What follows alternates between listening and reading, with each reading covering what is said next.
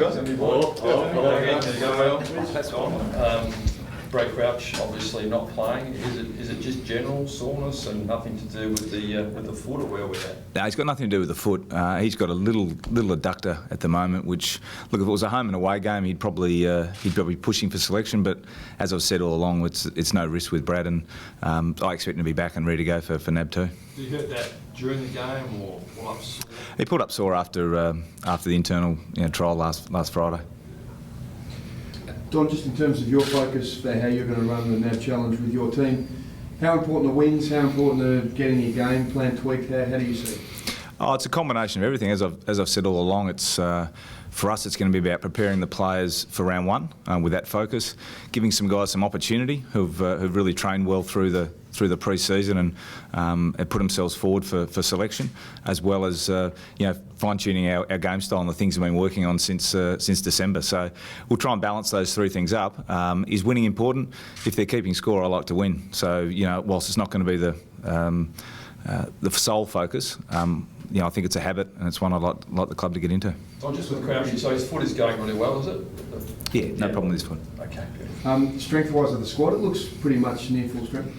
Oh, there's a few guys out of the squad missing, but we've been able to manage our group through our pre-season training to be available at this time of the year. So we've deliberately tried to ensure that we've got good numbers, and we've been fortunate to have that.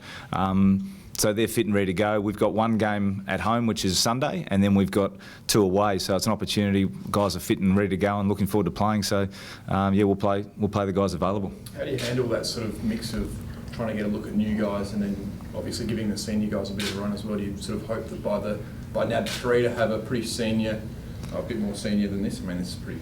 Yeah, we'll work that. We'll juggle that balance. We'll see how we get through Sunday's game first. Hopefully, we can get some good time and minutes into our senior players, and then with a view that we might play slightly younger in NAB 2. We'll see how we go with the view that the last game pretty much becomes a bit of a dress rehearsal for the start of the season. What about your own excitement in terms of getting a look at the side against a proper opposition?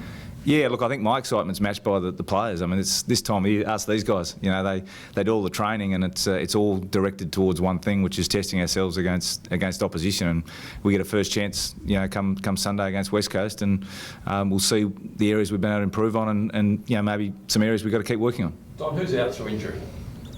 Oh, that's a good question. At the moment, we've got the 2 guys who've missed a chunk of pre-season, Ricky Henderson and Andy Otten. Obviously, Brad Crouch. We've got John O'Beach, who's got a slight hamstring. Tom Duday, Riley Knight, Yench. So there's 6 or 7 there. So we're really fortunate. We've got a pretty full squad to pick from, which is a good position to be in. And you go. You've known quite a few new players, obviously Seedsman, Malera, Menzel, Gore, and a couple of kids you've had on the list for a year or two, and McGovern and Deere. Of those 6, how many of those do you think will make the final cut of 26? And what do you want from those boys? Well, based on there's 3 to be coming out, you'd suggest a few of them are going to play. So, look, we've got a final match committee this afternoon, and we'll finalise the squad. But all those guys you mentioned have really improved over the pre-season, have built on their first year, and exciting to see what they can bring to the side come Sunday. As Menzel, how's his pre-season been? Obviously his talent's never been questioned. Maybe there's been some questions over his work ethic and fitness. How have you seen what he's done so far? I've been really pleased with Troy. He came off the back of no pre-season for probably 3 years at Carlton. We identified early we need to work with his conditioning. And it's like every player. Every player comes with an area they want to work on, whether it's conditioning, whether it's kicking, whether it's decision-making, whatever it is. So Troy, we need to improve his conditioning. He really recognised that and embraced that. And he's done a mountain of work. And so he's improving. And that's all we ask of him. And he's put his shoulder to the wheel, and these guys will attest. He's making a really strong and concerted effort to improve in that area, and that will get him rewarded. But it's about his work ethic, and at the moment he hasn't missed a beat in that regard, and we want him to improve, and he's up for it, which is great. And don't play Sunday? We'll finalise the squad, as I said, tomorrow. I think there's a few extra rules for the NAB Cup. Is that something that you've practiced much, or do you not really worry about it until game day? We're aware of it. I mean, most of the rules is obviously the manning the mark thing, which is I think they're trialling, which I expect we'll see some sort of abridged version in the main season. Then you've got what's the other one they've got? The deliberate out of bounds. Again, we'll see that in the main season, so that's not really trialling, that's just an awareness for our players. And the third one's the tackling rules, which, you know, I think are pretty common sense. I mean, the AFL want to avoid, and I think the heads become an area where they're very mindful of the risk of injury, and we support that. So our players know that we don't pick up, we don't drive, we don't sling. We tackle to dispossess more so than tackle to hurt, which probably historically was the way people tackle. I know you spoke a bit about it on Perth Radio, but I saw there was a question asked, I think, by Brett Hardy about the relationship between Cheney and Talia, given what happened at the end of last season. Was that a non-issue for you, or was that okay between the boys? No issue at all. No issue at all. Don, Mitch McGovern, obviously on the list last year, seems to have made even better strides this season and kicked 4 in your internal trial. How impressive has he been, and could he push for a spot in your best 22? Oh, you can certainly push for a spot in our best 22. As I said, I don't place limits on players. I give them the opportunity to use their talents, build on them, and present themselves for selection. In Mitch's case, for him it's about continuity. Last year he was interrupted, he was in, he was out. I think, like a lot of guys on AFL lists, you know, the talent is there.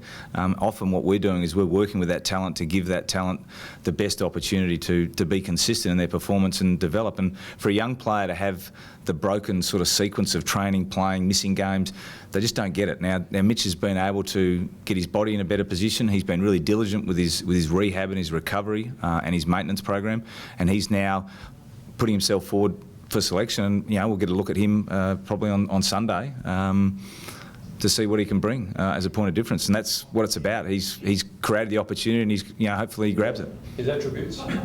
Sorry? His main attributes. Oh, for Mitch, I mean, he's a sort of a nice size, sort of 6'2", 6'3" forward who's got pretty good speed. Kicks the ball well, pretty good game sense. I mean, it's a nice package to have, but, you know, it's now about giving him some experience of playing as well.